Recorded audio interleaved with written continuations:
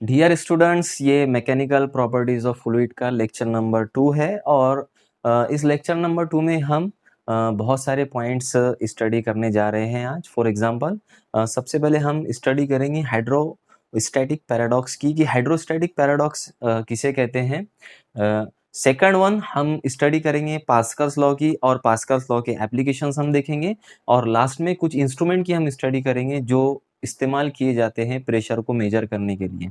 तो आइए शुरुआत करते हैं हाइड्रोस्टैटिक पैराडॉक्स से।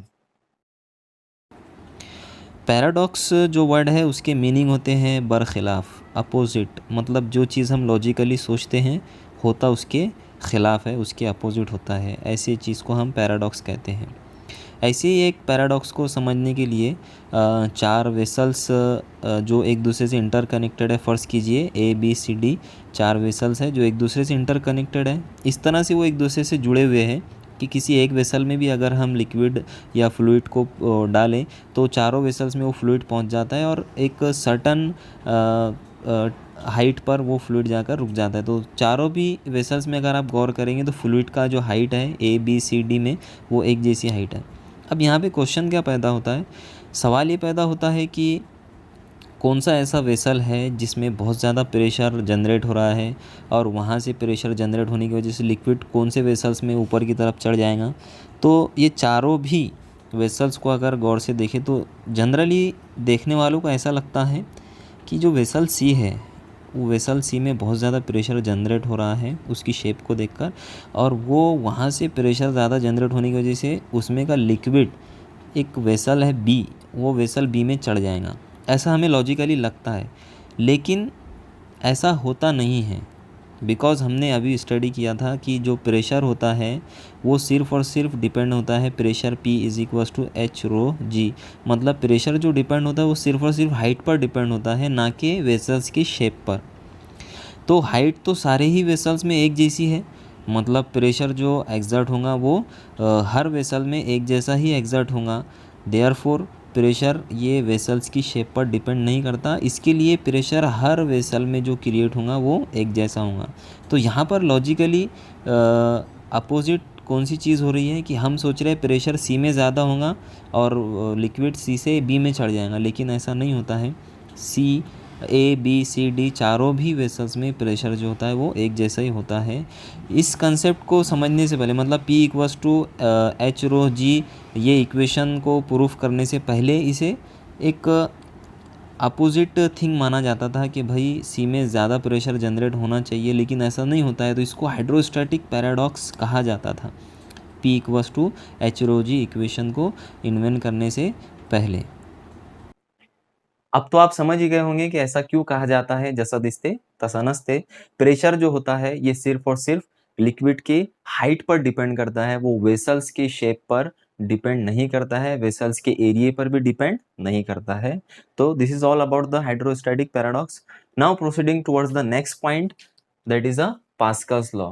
बहुत इंपॉर्टेंट पॉइंट है पास्कल्स लॉ, पास्कल का कानून। ये पास्कल्स लॉ क्या कहता है, इसके लिए एक कंटेनर फर्ज कीजिए, सपोज अ कंटेनर, और उसके अंदर कोई एक फ्लूइड रखा हुआ है। यहाँ पर एक फ्लूइड रखा हुआ है। तो पास्कल्स लॉ ये कहता है कि किसी फ्लूइड के किसी भी पॉइंट पर, एक फ्लूइड के किसी भी पॉइंट पर अगर आप प्रेशर एक्सर्ट करते हो तो ये प्रेशर पूरे फ्लूइड के हर पॉइंट पर इक्वली ट्रांसफर होता है, इक्वली ट्रांसमिट होता है। तो if a pressure exerts on a point of a fluid, enclose fluid आप कह सकते हैं, of a enclose fluid, then this pressure is transmitted equally and undiminished।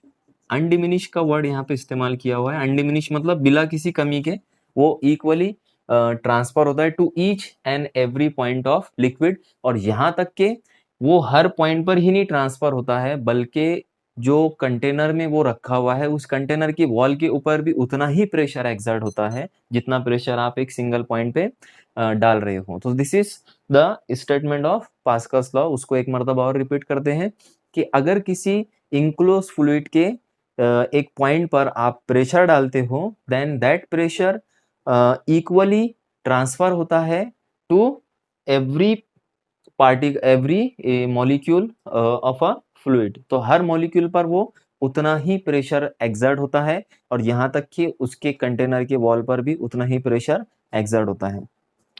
अब पास्कल्स लॉ का अगर हम प्रूफ देखें, तो पास्कल्स लॉ का प्रूफ भी हम देख सकते हैं, एक छोटा सा प्रूफ। इसके लिए कंसिडर कीजिए कि एक कंटेनर है जिसके अंदर 4 आर्म्स है। उन आर्म्स के नाम है A B C D, A B C D, और उस कंटेनर को इनकम्प्रेसिबल फ्लूइड से भरा गया है। उस कंटेनर में जो फ्लूइड भरा गया है इट इज इनकम्प्रेसिबल फ्लूइड। और इनकम्प्रेसिबल फ्लूइड क्या होता है ये मैं आपको बता चुका हूँ पिछले लेक्चर में।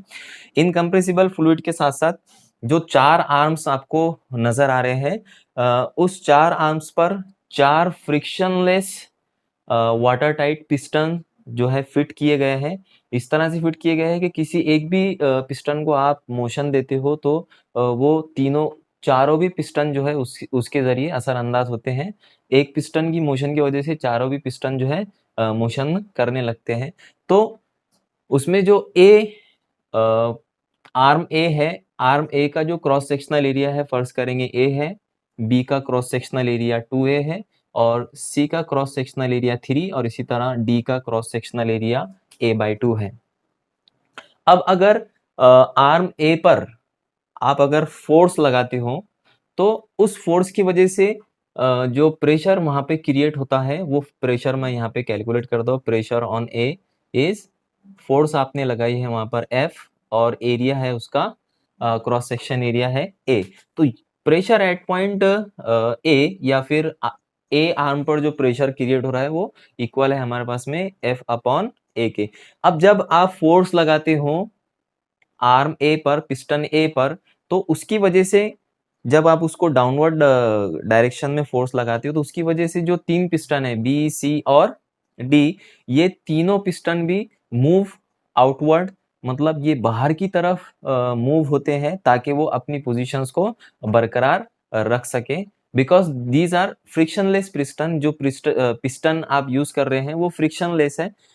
फोर्स लगाने की वजह से ए पर बी सी और डी के पिस्टन्स बाहर की तरफ मूव होते हैं ताकि वो अपनी पोजीशंस को बरकरार रख सके। और अपनी पोजीशंस को बरकरार रखने के लिए वहां पर जो फोर्सेस एक्सर्ट होती है एट पॉइंट बी, वो हमको ट्वाइस एफ लेना पड़ेगा, सी पर थ्राइस एफ और डी पर F/2। इस तरह से हमारे पास एरिया और फोर्स तीनों भी पिस्टन्स पर मालूम पड़ गए। तो हम इससे प्रेशर्स भी काउंट कर सकते हैं। जैसे प्रेशर एट पॉइंट बी अगर मैं निकालूं तो प्रेशर एट पॉइंट बी पर एक्ट होने वाली फोर्स कितनी है, ट्वाइस एफ है।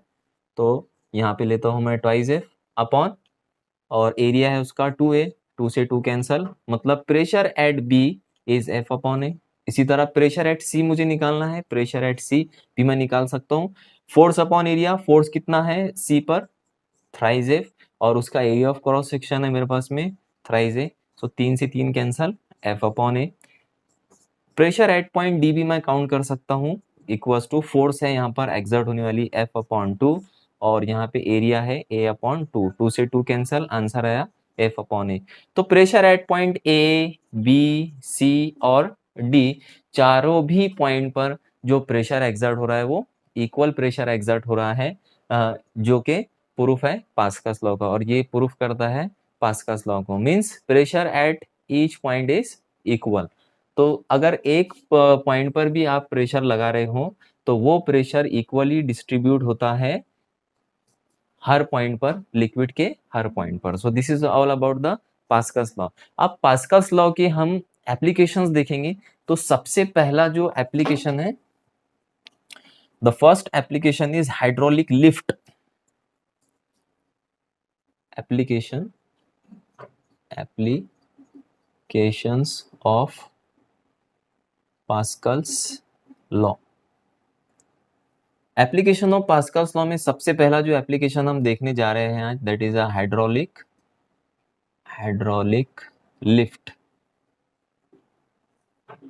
हाइड्रोलिक लिफ्ट का इस्तेमाल जनरली इंडस्ट्रीज में किया जाता है बहुत ज़्यादा हेवी ऑब्जेक्ट्स को उठाने के लिए।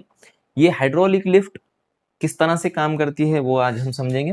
तो इसके लिए दो कंटेनर फर्ज कीजिए, कंटेनर S1 और यहाँ पे मैं ले लेता हूँ इट इज कंटेनर S2।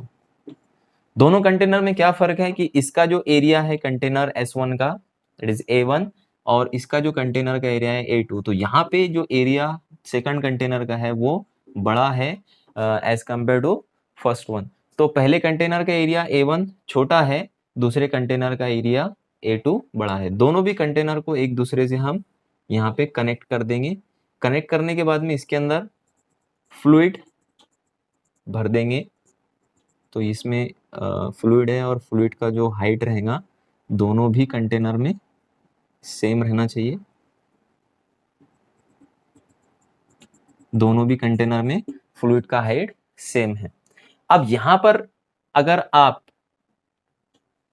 एक फोर्स लगाते हो F1 in a downward direction तो क्या होगा, यहां पर एक अपवर्ड फोर्स क्रिएट होंगी। जिस तरह से हमने पिस्टन A को प्रेस कर डाउनवर्ड प्रेस किया था तो पिस्टन B C D में जिस तरह से मूवमेंट हुई थी बाहर की तरफ, वैसे ही यहाँ पे मूवमेंट होती है। अगर F1 आप डाउनवर्ड लगाते हो और डाउनवर्ड डायरेक्शन में फोर्स लगाते हो तो एक अपवर्ड डायरेक्शन में यहाँ पर फोर्स प्रोड्यूस होती है इन अ सेकंड कंटेनर, दूसरे कंटेनर के अंदर।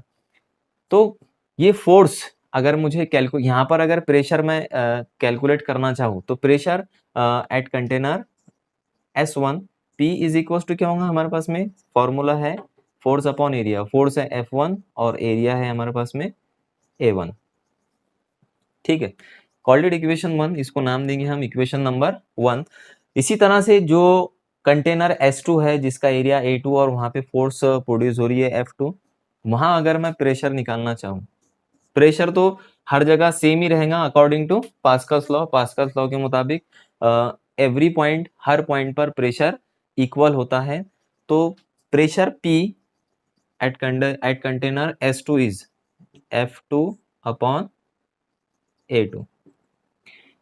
मुझे अगर ये फोर्स कैलकुलेट करना है कि यहाँ पे फोर्स कितनी प्रोड्यूस हो रही है तो दिस इंप्लाइज फोर्स मैं यहाँ से कैलकुलेट कर सकता हूँ F2 is equal to A2 को इधर अगर मैं भेज दूँ तो P इंटू A2। लेकिन P की वैल्यू हम इक्वेशन नंबर 1 में निकाल चुके हैं, it is equal to F1 upon A1। तो F2 जो होगा हमारे पास में it is equal to P की वैल्यू यहाँ पे रख देंगे F1 upon A1 into A2। ठीक है, तो यहाँ पे ये जो फोर्स मिल रही है force producing at container A F2 is equal to F1 upon A1 into A2 upon A1। अब क्या करता हूँ मैं इसको कंबाइन करके लिखता हूँ इस तरह से A2 अपॉन A1। तो ये जो रेशो नजर आ रही है आपको एरिया की, ऑब्वियसली यहाँ पे एरिया जो है A2 की वैल्यू ज्यादा है एज कंपेयर टू A1। तो इसको अगर सॉल्व करें तो ये वैल्यू भी कुछ ना कुछ वैल्यू निकलेंगी, जिसको मल्टीप्लाई करना होगा F1 से। मतलब जो फोर्स आप यहाँ पर लगा रहे हो उसको मल्टीपल में फोर्स प्रोड्यूस होंगी F2। तो जो फोर्स आप F1 यहाँ पर लगा रहे हो F1, उसको आपको मल्टीप्लाई करना पड़ेगा ये जो दो एरिया है इसके रेशो से। तो उसके मल्टीपल में जो आंसर आएगा वो होंगी फोर्स F2। इसको अगर थोड़ा सा आसान करके समझे, फॉर एग्जाम्पल अगर यहाँ पर 10 न्यूटन फोर्स लगाई जा रही है, F1 is equal to 10 Newton और इसका जो एरिया है वो 1 मीटर स्क्वायर है। इसी तरह से जो A2 है it is equal to 10 metre square. तो 10 मीटर स्क्वायर एरिया A2 है। देखेंगे अब हम कि F2 कितना प्रोड्यूस हो रहा है यहाँ पर। तो F2 की वैल्यू अगर मैं कैलकुलेट करना चाहूँ, F1 कितना मेरे पास में 10 न्यूटन है, 10 न्यूटन इंटू A2 की वैल्यू है मेरे पास में 10 डिवाइडेड बाय A1 कितना है, A1 है 1 मीटर तो 1। F2 अगर मैं सॉल्व करूँ 10 10 जा 100, 10 10 जा 100 न्यूटन फोर्स यहाँ पे कैलकुलेट 100 न्यूटन फोर्स यहाँ पे प्रोड्यूस होंगी। मतलब फोर्स कितनी लगाए थे हमने, सिर्फ 10 न्यूटन, लेकिन ये 10 न्यूटन फोर्स लगाने की वजह से यहाँ पर उसका 10 टाइम्स ग्रेटर फोर्स क्रिएट हो रही है 100 न्यूटन फोर्स यहाँ पे क्रिएट हो रही है। मतलब कम से कम फोर्स लगाकर हम ज़्यादा से ज़्यादा फोर्स प्रोड्यूस कर सकते हैं। तो इसी वजह से यहाँ पर पिस्टन को फिट किया जाता है और यहाँ पे भी एक पिस्टन को फिट किया जाता है। उस पिस्टन की मदद से यहाँ पे कम से कम फोर्स लगाने की वजह से ये पिस्टन में ज़्यादा से ज़्यादा फोर्स प्रोड्यूस होती है और वो ऑब्जेक्ट जिन्हें हमें उठाना है उन ऑब्जेक्ट को इस एरिया पे रखा जाता है और यहाँ पे कम से कम फोर्स लगाकर उन्हें आसानी से हम हेवी ऑब्जेक्ट को उठा सकते हैं, क्योंकि वहां जो फोर्स प्रोड्यूस हो रही है वो बहुत ज्यादा फोर्स प्रोड्यूस हो रही है। सो this is all about the hydraulic lift. तो ये पहला एप्लीकेशन है पास्कल लॉ का। इसी तरह से जो सेकंड एप्लीकेशन है दैट इज हाइड्रोलिक ब्रेक। तो हाइड्रोलिक ब्रेक जो इस्तेमाल होते हैं गाड़ियों को स्टॉप करने के लिए, गाड़ियों की स्पीड को कम करने के लिए। तो हाइड्रोलिक ब्रेक का जो मैकेनिज्म है, जिस मैकेनिज्म पर हाइड्रोलिक लिफ्ट काम करती थी उसी तरह से हाइड्रोलिक ब्रेक भी उसी मैकेनिज्म पर काम करते हैं। तो सेकंड एप्लीकेशन है पास्कल्स लॉ की हाइड्रोलिक ब्रेक्स, जिनका इस्तेमाल गाड़ियों के अंदर किया जाता है गाड़ियों को रोकने के लिए या उनकी स्पीड को डिक्रीज करने के लिए। अगर हाइड्रोलिक ब्रेक की स्कीमेटिक डायग्राम देखी जाए तो हाइड्रोलिक ब्रेक के स्कीमेटिक डायग्राम में आपको कुछ पिस्टन्स नजर आ रहे हैं। तकरीबन 4 पिस्टन्स है जो चारों भी व्हील से, गाड़ी के चारों भी व्हील से कनेक्टेड होते हैं, जिसमें से वो 4 पिस्टन्स को स्लेव पिस्टन कहा जाता है, मतलब गुलाम जिसको कहते हैं, जो कि अकॉर्डिंग टू एक मास्टर पिस्टन होता है, उस मास्टर पिस्टन के अकॉर्डिंग काम करते हैं। तो एक मास्टर पिस्टन होता है जिसका एरिया कम है और स्लेव पिस्टन जो है उसका एरिया ज्यादा है। तो यहाँ पर जो मास्टर पिस्टन है, एरिया, मास्टर पिस्टन एरिया फर्ज करेंगे ए, और जो स्लेव पिस्टन है, स्लेव पिस्टन का एरिया A2 है। और यहाँ पे हमको दिख रहा है कि A2 is greater than A1। जो A2 है, एरिया ऑफ स्लेव पिस्टन, वो ज्यादा है as compare to master piston. और ये पिस्टन एक दूसरे से एक ट्यूब से जुड़े हुए होते हैं और उस ट्यूब में ऑयल फिल किया हुआ होता है। और मास्टर पिस्टन को अगर आप देखें तो मास्टर पिस्टन ब्रेक पैड जो होता है वो ब्रेक पैड से जुड़ा होता है। जैसे ही मास्टर पिस्टन पे ब्रेक पैड पे फोर्स लगाई जाती है, मतलब प्रेशर क्रिएट किया जाता है P1, तो मास्टर पिस्टन पे अमल करने वाला जो प्रेशर है वो P हम कैलकुलेट कर सकते हैं बाय फार्मूला। वहां पे फोर्स कितनी लग रही है F1 और उसका जो एरिया है मास्टर पिस्टन का A1 है। Called equation 1। Same hydraulic lift में जिस तरह से हमने प्रूफ किया था वैसे ही अब स्लेव पिस्टन पे जो फोर्स प्रोड्यूस होंगी F2 उसको भी हम कैलकुलेट कर सकते हैं। मतलब according to Pascal law pressure दोनों भी जगह पे सेम है, मतलब P equals to F2 upon A2। ये है स्लेव पिस्टन का एरिया और उस पर अमल करने वाली फोर्स। इस पे से अगर मुझे F2 निकालना है, F2 इज इक्वल्स टू क्या हो जाएगा P इंटू A2। फिर से मैं इक्वेशन नंबर 1 से यहाँ पर वैल्यू सब्सटीट्यूट करूंगा P की, that is equals to F1 upon A1 into A2। फिर से मुझे मिलेगा F1 is equals to A2 upon A1। तो जितना भी एरिया का जो रेशो होगा, A2 जितना ज्यादा होगा उतनी ही ज्यादा फोर्स यहाँ पर प्रोड्यूस होंगी F2। तो कम से कम फोर्स लगाकर आप जो स्लेव पिस्टन है, स्लेव पिस्टन को ज्यादा से ज्यादा फोर्स वहां पे प्रोड्यूस कर सकते हैं। और ये जो स्लेव पिस्टन है ये गाड़ी के व्हीकल के जो व्हील्स होते हैं गाड़ी के, उस व्हील्स के पैड से जुड़ी हुए होते हैं डिस्क से। और जैसे ही मास्टर पिस्टन पे आप कुछ फोर्स लगाते हो, प्रेशर लगाते हो, तो ज्यादा से ज्यादा प्रेशर क्रिएट होता है स्लेव पिस्टन पे और वो उसके डिस्क को रब करते हैं, वहां पे रगड़ पैदा होती है और उसकी वजह से गाड़ी या तो स्लो होती है या फिर गाड़ी को स्टॉप करने के लिए हाइड्रोलिक ब्रेक का यूज किया जाता है। तो this is all about the hydraulic breaks. Now कुछ इंस्ट्रूमेंट का हमें स्टडी करना है जो प्रेशर के मेजरमेंट के लिए इस्तेमाल होते हैं, प्रेशर को मेजर करने के लिए इस्तेमाल होते हैं। इन इंस्ट्रूमेंट को प्रेशर मीटर या प्रेशर गेजेस या वैक्यूम गेजेस भी कहा जाता है। तो सबसे पहला जो प्रेशर मीटर इन्वेंट किया था वो साइंटिस्ट का नाम है, इटालियन साइंटिस्ट है टोरिसेली। टोरिसेली ने एक मर्क्यूरी बारोमीटर का इन्वेंशन किया था, जिसका इस्तेमाल एटमॉस्फेरिक प्रेशर को मेजर करने के लिए किया जाता था। तो आइए स्टडी करते हैं हम मर्क्यूरी बारोमीटर की, जो कि इंस्ट्रूमेंट है जो प्रेशर को मेजर करने के लिए इस्तेमाल किया जाता है, एटमॉस्फेरिक प्रेशर को मेजर करने के लिए इस्तेमाल किया जाता है। तो फर्स्ट वन जो इंस्ट्रूमेंट की आज हम स्टडी करने जा रहे हैं, that is mercury barometer. Mercury barometer invented by Italian scientist Torricelli, double R आता है, टॉरिसेली। टॉरिसेली साइंटिस्ट, टॉरिसेली नामी साइंटिस्ट ने इस बारोमीटर का इन्वेंशन किया था, ताकि उसकी मदद से वो जो एटमॉस्फेरिक प्रेशर है, एटमॉस्फेरिक प्रेशर का मेजरमेंट कर सके। इसके लिए उसने एक लंबी ग्लास ट्यूब का इस्तेमाल किया था, तकरीबन 1 मीटर उसकी लेंथ थी। तो जो ग्लास ट्यूब उसने इस्तेमाल किया था, ग्लास ट्यूब, उसकी जो लेंथ थी वो 1 मीटर थी और डायमीटर उसका 1 सेंटीमीटर था। मतलब डायमीटर बहुत छोटा था एज कंपेयर टू लेंथ। तो एक 1 मीटर लेंथ की ग्लास ट्यूब और उसका डायमीटर 1 सेंटीमीटर। उस ग्लास ट्यूब में उसने मर्क्यूरी को फिल कर दिया, पूरी ग्लास ट्यूब में मर्क्यूरी को भर दिया। मर्क्यूरी को फिल करने के बाद एक छोटा सा डिश या छोटा सा एक बीकर लिया, छोटा सा हम उसको डिश लेंगे, यहाँ पर छोटी सी डिश लिया और डिश में भी मर्क्यूरी को फिल कर दिया इस तरह से। एक छोटी सी डिश और इसके अंदर मर्क्यूरी को इसने क्या कर दिया, फिल कर दिया। इसके अंदर क्या है, Hg है, मर्क्यूरी है। मर्क्यूरी को डिश में फिल करने के बाद वो जो लंबी नली में उसने मर्क्यूरी लिया था, उस लंबी नली को उसने इन्वर्टेड इस तरह से इन्वर्ट करके इस डिश के अंदर रख दिया उल्टा करके। तो यहाँ पर उस नली को उसने इस तरह से रखा, ठीक है।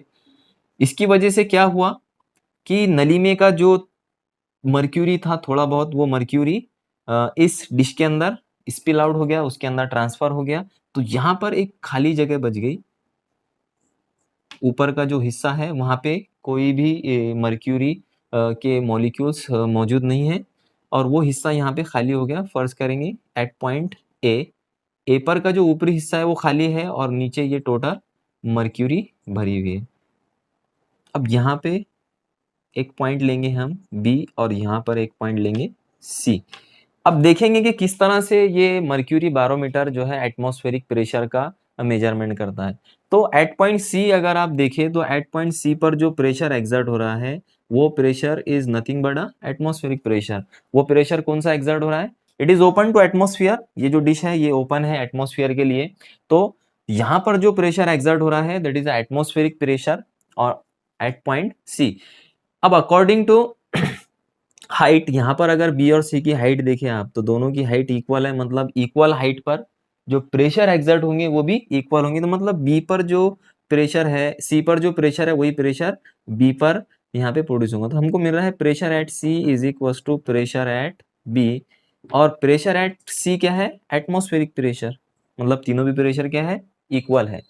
तो एटमॉस्फेरिक प्रेशर जो यहाँ पर सी पर एक्ट हो रहा है उतना ही प्रेशर बी पर भी एक्ट हो रहा है, बिकॉज उनकी जो हाइट है वो इक्वल है। अब फर्ज करेंगे ये जो H और B का जो हाइट है, ये दोनों की दरमियानी जो हाइट है it is equal to H है। और ये एक्सप्रेशन हमने कहीं तो भी मतलब पिछले ही लेक्चर में स्टडी किया है। एक इस तरह से हमने बीकर लिया था, बीकर की सरफेस, यहाँ पे एक इमेजिनरी सिलेंडर, गहराई में जब हम प्रेशर काउंट कर रहे थे with respect to depth H, तो यहाँ का जो प्रेशर था दैट इज इक्वल्स टू हमने लिया था P1 और P2। तो P2 equals to P1 plus H rho x1 minus x2, आपको अच्छी तरह से याद होगा।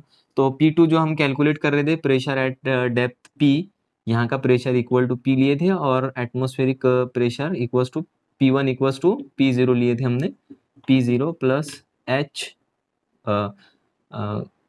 यहाँ पर ये रो जी इंटू x1 माइनस x2 और x1 माइनस x2 की वैल्यू h लिए थे हमने, h रो जी।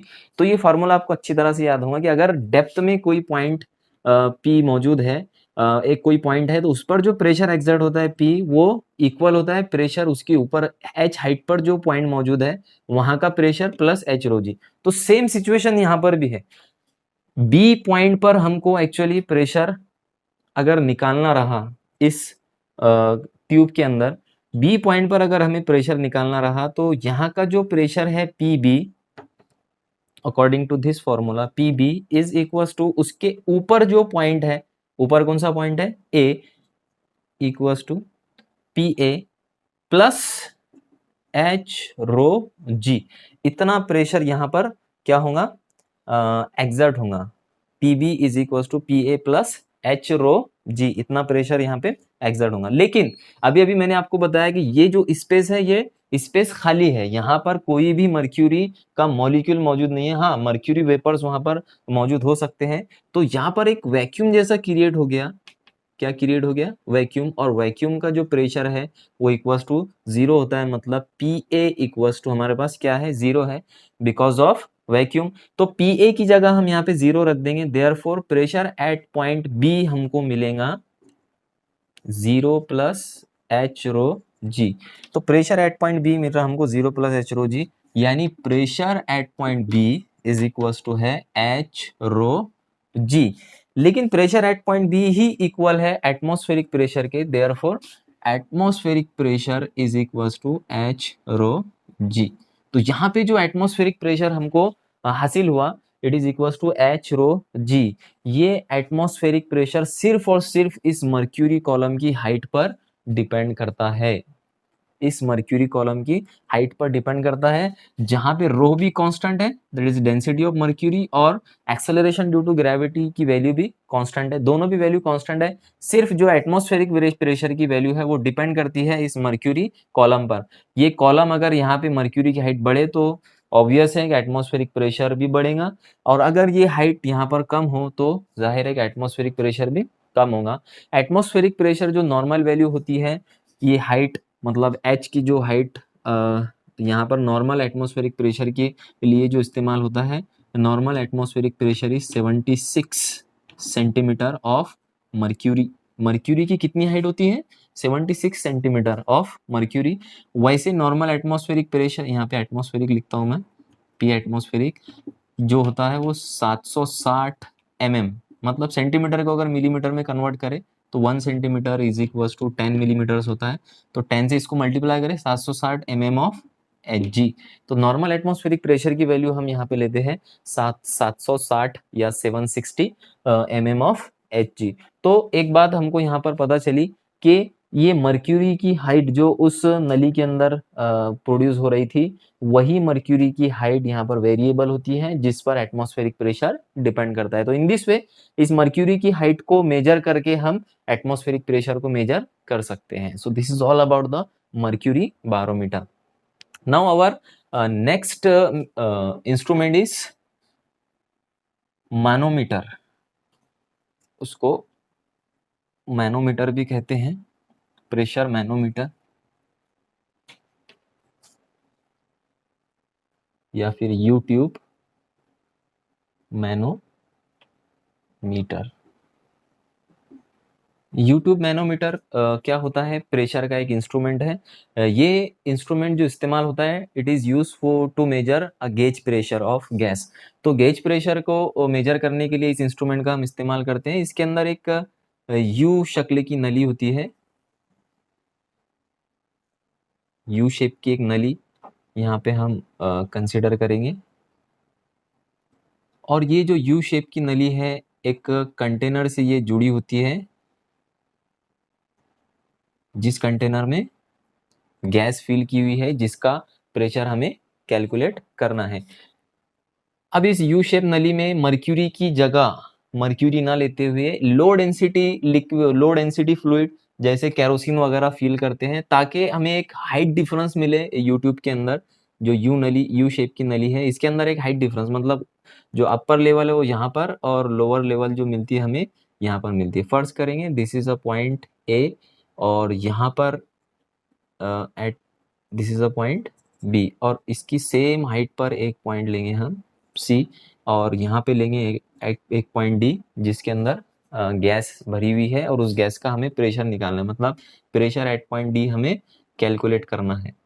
तो किस तरह से ये मैनोमीटर वर्क करता है उसको कैलकुलेट करने के लिए उसका मैकेनिज्म हम देखेंगे, प्रेशर एट डी किस तरह से हम फाइंड आउट करेंगे।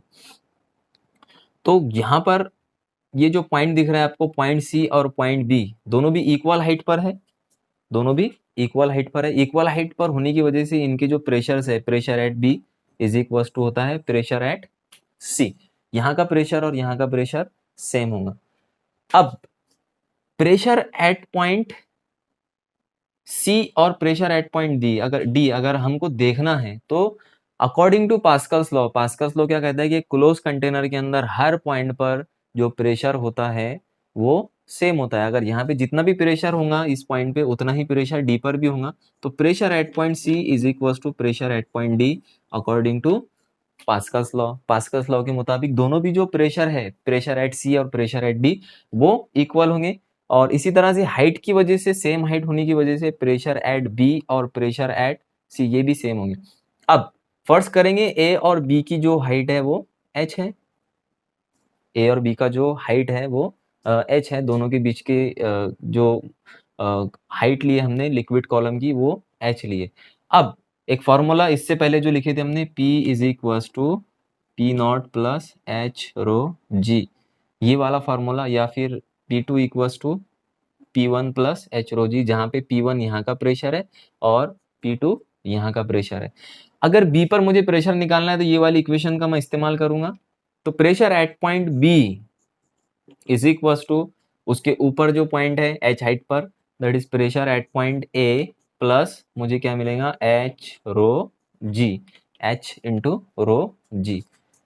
अब प्रेशर एट पॉइंट A, ये जो एक सिरा है मैनोमीटर का, it is open to atmosphere, ये एटमॉस्फेयर के लिए खुला छुड़ा हुआ है, और दूसरा सिरा इस कंटेनर डी से जुड़ा हुआ है जिसके अंदर गैस है और उसी का हमें प्रेशर निकालना है। और ये प्रेशर इक्वल है प्रेशर सी, और सी का जो प्रेशर है प्रेशर बी के इक्वल है। मतलब बी का प्रेशर अगर हम कैलकुलेट कर ले तो सीधे सीधे सी का प्रेशर हमको मालूम हो जाएगा, सी का प्रेशर मालूम हो गया, मतलब डी पर जो प्रेशर है वो हम फाइंड आउट कर लेंगे। तो P B is equal to हमारे पास है P A plus H rho g इस फॉर्मूले से, और पी ए इक्वल्स टू है पी ए पर, मतलब ए पर जो प्रेशर एक्सर्ट हो रहा है it is nothing but atmospheric pressure, वो जो प्रेशर एक्सर्ट हो रहा है एटमॉस्फेरिक प्रेशर के इक्वल है। मतलब यहाँ पर जो है P A is equals to है पी ओ, तो therefore P B is equals to P A की जगह सब्स्टिट्यूट करेंगे पी ओ, मतलब एटमॉस्फेरिक प्रेशर एच रो जी।